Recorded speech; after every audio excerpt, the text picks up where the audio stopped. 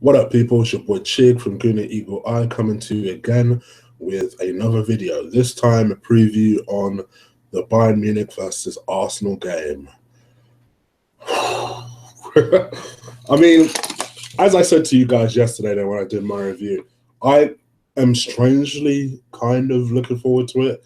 I think it just gives us a little break from the Premier League, which every time you look at the table, it's just depressing. Even after Man City won today, it was just like you look at the table, you just think, oh. But at least this gives us a new focus. It gives us an opportunity to do something we've never done before. It gives us an opportunity to break a habit of a lifetime. You know, for once we've gone into this tie, a last 16 tie, having topped the group, therefore having to play the away game first. And who knows? I mean, our record against Bayern Munich, weirdly like Barcelona, isn't horrendous. In fact, if anything, against Bayern, it's a little bit better. Now, more often than not, the reason why it's not as bad is because usually the tie's dead by the time we go away. So usually by the time we go away, Bayern are not really particularly trying, and Arsenal decide that's when they want to play, because that's kind of our thing. We play football. As I've told you guys before, we tend to play football when the pressure is off. And if the pressure is off, hey, no one expects anything of us going into this game. So it might be a really good opportunity to try something, to perhaps surprise, to potentially be brave, to potentially take this team on, to potentially get a real Arsenal performance. Usually every season, there's always one season that catapults a series of results for us. This potentially could be it. This is not a Bayern Munich of the old. I've avoided saying that to you guys lately every time I mention Bayern Munich, and the reason being is I think people are placing too much hope on that. People are placing too much hope on the fact that, oh, well, Bayern Munich aren't playing well, so we might have half a chance. Not motherfuckers. Neither are we. I don't know if you seem to forget this. Like, if we're in Chelsea's position, I understand what you're saying, but we're not. Neither are we. A weak Bayern Munich can still beat a weak Arsenal. I'm sorry to say that, but it's true. Having said that, I do feel like the fact that we have an opportunity to be able to rise to a new competition, a competition that we have a reasonable chance in, you know. And I know that sounds ridiculous because this is Arsenal. Going out in the last 16th is like us targeting a top 4 place. You know, we're not going to challenge for no titles, but we're more or less going to make a top 4 place. It's kind of like this, you know. We'll get past the group stage, but as for getting carried away of us winning it, gosh, that isn't something we should ever get carried away with. Having said that, for me, what a fantastic way. Just think about it. Bear with me here. Play along here. What if we beat Bayern Munich?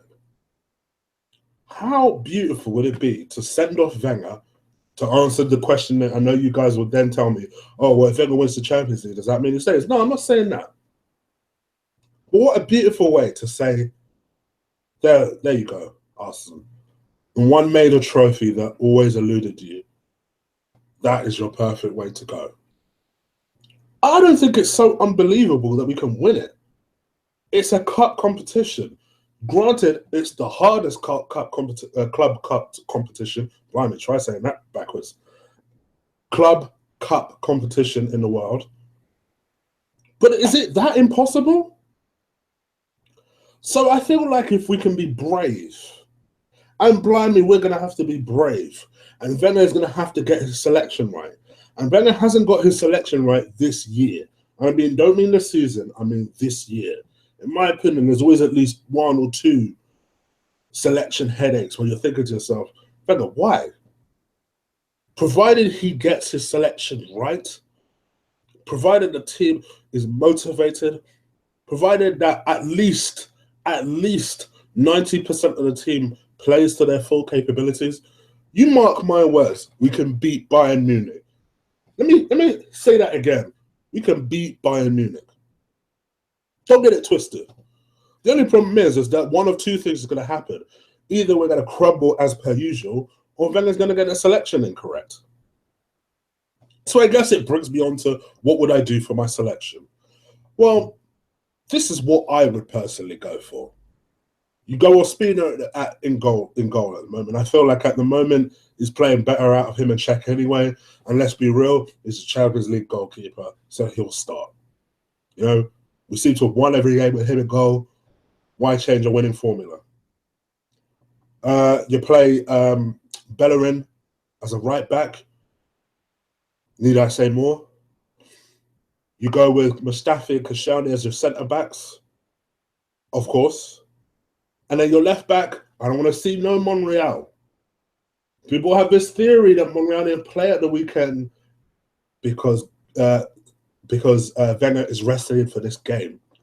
I sincerely hope that's incorrect. They're probably right, but I sincerely hope that's incorrect. Given the fast wingers that Bayern Munich have, we need an equally fast player to be able to counter that. You know, I reckon most of Bayern Munich's success against us in the past has come from their wingers. So we don't need no BS as our left back or our right back. We've got our fastest right back. We need our fastest left back. And I'm sorry, Monreal, you have to sit out this game. This is all Kieran for me. Kieran Gibbs has to start this game. Then the central midfield. Now, I'll be real with you guys. I've changed my mind 3 or 4 times in this. I've really tried to look at not just the two that sit in front of the defense, but that triangle in general. And I've to and fro. I thought to myself, well, would I start Mesut? Would I start Xhaka? Would I do this? Would I do that? What would I do? For me, the number one player that goes in that little triangle, in that central triangle I'm talking about, you've got to put Alex Oxlade-Chamberlain as your number 8. He's played there the last couple of games. He's been our best player the last couple of games. Don't change something that's working. Please, oh please, God. Then who would I play next to him? Now I'm going to be real with you. This one won't be popular. I personally wouldn't have Coquelin now. I'm sorry, I wouldn't. I feel like he had a horrible game against Chelsea. Was a little bit stronger at the weekend. I feel like this might need someone a little bit cuter, a little bit better, someone with a little bit more control, someone who can pass the ball a little bit better. I've heard the argument that this player isn't that strong. I disagree.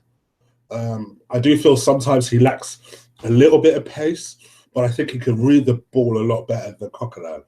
And for me, I would have Mohamed El Nene there. Now, I actually expect Coquelin and Ox to start the game, but if he goes that way, fine.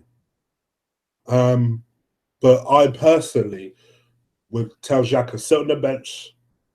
For me, he doesn't slide back as his team after his long suspension. He sits on the bench.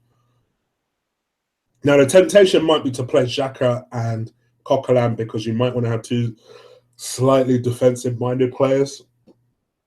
I understand that argument, but I feel like Ox has played so well there so far. Why change something that's working? So I would play Ox and El Nene next to each other. Just in front, this is the controversial one because I didn't think I would pick this geezer. I think you've got to give it to Mesut. I think it's not going to be a physical game. This is a time for Mesut to really show up and prove himself. I would start him in this game. Controversially, I expect him to start. Mesut has to play this game, and I hope the real Mesut shows up. I really do. I really want him to do well. It pains me when people are criticizing him. And now even the manager is starting to criticize him. Even Wenger, who is normally an avid supporter of his, an unwavering supporter of his, is starting to question him now. For me, this is his time to show up. Because I'll tell you what, if he doesn't perform in this game, I'd drop him for the next few games, to be honest. So I start him as a number 10 in this game. This won't be a physical game, so this should be a game that technically should support, should help Messi. Who would I play around that triangle? On the right-hand side, there's an argument that Theo should play there. He has had success against Bayern before. I would drop Theo. I must admit, I don't feel like he's played well the last couple of games. And for me, Theo is my weapon to bring on when the Bayern players are tired and they've run their asses off. So for me, I don't start Theo in this game. I start someone who's a little bit of an unknown element, and I'm brave, and I start Perez on that right-hand side. Notice I did not say the left-hand side. I said the right-hand side, cutting in. Similarly, on the left-hand side, I start Danny Welbeck, someone who's going to have bags of energy, someone who's going to run up and down that wing. I would drop Iwobi, I must admit. I feel like he might need someone who's more defensive-minded, someone who's capable of running up and down all day, and that is basically what Welbeck does. He just runs up, down, up, down. So for me, Welbeck starts on the left-hand side. Up front, it's got to be Alexis. I think if you go with that front three, if you like, the front four, if you like, a quick, capable, mobile strike force, an attacking strike force, I think we might have a chance at actually coming away with a 1-1. And that's what I'm going to predict. I can't realistically see us winning the game because I think Bayern will be up for the game. We're not playing that well, to be honest. And I think if we were going into the game with some form, I'd be more confident than just having the draw. Quite frankly, I'd take a 2-1. I've heard people say it'd be 3-2. I can't see us scoring 2 goals out there. I'd take a 2-1. I think a 2-1 is not a bad result, to be honest. It's weird for me to say that from a loss, but when it's something is a 2-legged tie and you lose 2-1 and your first game was away, you take that. Let's be real. I think for me, getting an away goal and not losing by more than 2 is the absolute minimum objective for Wednesday. Anyway, that's me and my rapiding over with.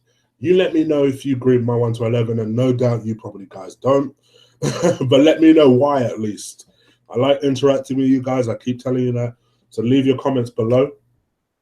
If you're listening to me for the first time, what are you doing? Hit that subscribe button. And also, if you know anyone that might be interested in the video, spread the word. Let them know about this channel. If you're on Twitter, do follow me at Colossal Chig.